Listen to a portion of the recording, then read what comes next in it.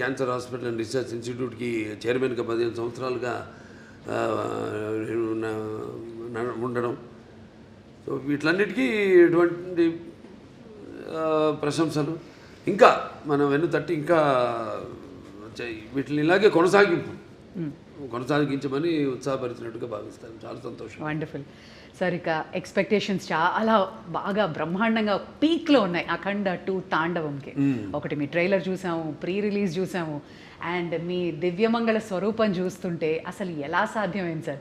అఖండ 1 ఎక్కడైతే ఎండ్ అయిందో తర్వాత ఏం జరుగుతుంది అని మేము బాగా ఎక్సైట్ అయ్యాం. మరి మీకు పెద్ద ఛాలెంజ్ ఎలా ఉండింది? కథ అక్కడి నుంచి ఎలా మొదలవుతుంది అసలు? అంటే మొత్తం కథ సినిమా చెప్పమంట లేదు, టీజర్ ఇవ్వండి చాలా, అంతే. లేదు, సినిమా ఏంటంటే ముందు నాకు బోయపాటి శ్రీనివాస్ గారికి ఒక మొదటి నుంచి కూడా మేము సినిమా చేసిన, లెజెండ్ చేసిన, తర్వాత అఖండ మొదటి భాగం చేసిన, ఇప్పుడు అఖండ తాండవ 2వ భాగం చేస్తున్నా. ఎప్పుడు మేము ఎక్కువ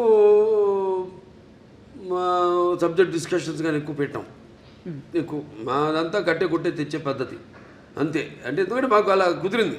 అంటే ఆయనకు ఉన్న వైబ్రేషన్స్. సో ఏదైనా ఎక్కువ దాని గురించి ఆలోచించాం. ఒక్కొక్కసారి ఒక సినిమా పూర్తి అయ్యాక మళ్ళీ లెజెండ్ చేసినప్పుడు సినిమా గురించి కానీ, లేకపోతే లెజెండ్ అయిన తర్వాత అఖండ చేసినప్పుడు లెజెండ్ గురించి కానీ, లేకపోతే ఎప్పుడు అఖండ తాండవం చేస్తున్నప్పుడు అఖండ గురించి కానీ ఎప్పుడు మేము మాట్లాడుకోం, డిస్కస్ చెయ్యం అసలు. మేము అదొక ఇదిగా ఫీల్ అవ్వం మేము ఎప్పుడు. అంటే ఒకరి మీద ఒక నమ్మకం మాకు. అసలు ఆ జార్జియాలో ఆ మైనస్ టెంపరేచర్స్లో మీరు అలాంటి గెటప్లో వస్తుంటే ఆ ట్రైలర్ చూసి నిజంగా ఒళ్ళు పులకరించిపోయింది సార్ మాకు. ఆ త్రిశూలంతో చేసిన ఫైట్ కానీ, ఆ ఐస్లో జనాలతో చేసిన ఫైట్ కానీ వాజ్ అమేజింగ్. మీకు చలనిపించలేదా? లేదా హౌ ఫోకస్డ్ వేర్ యూ?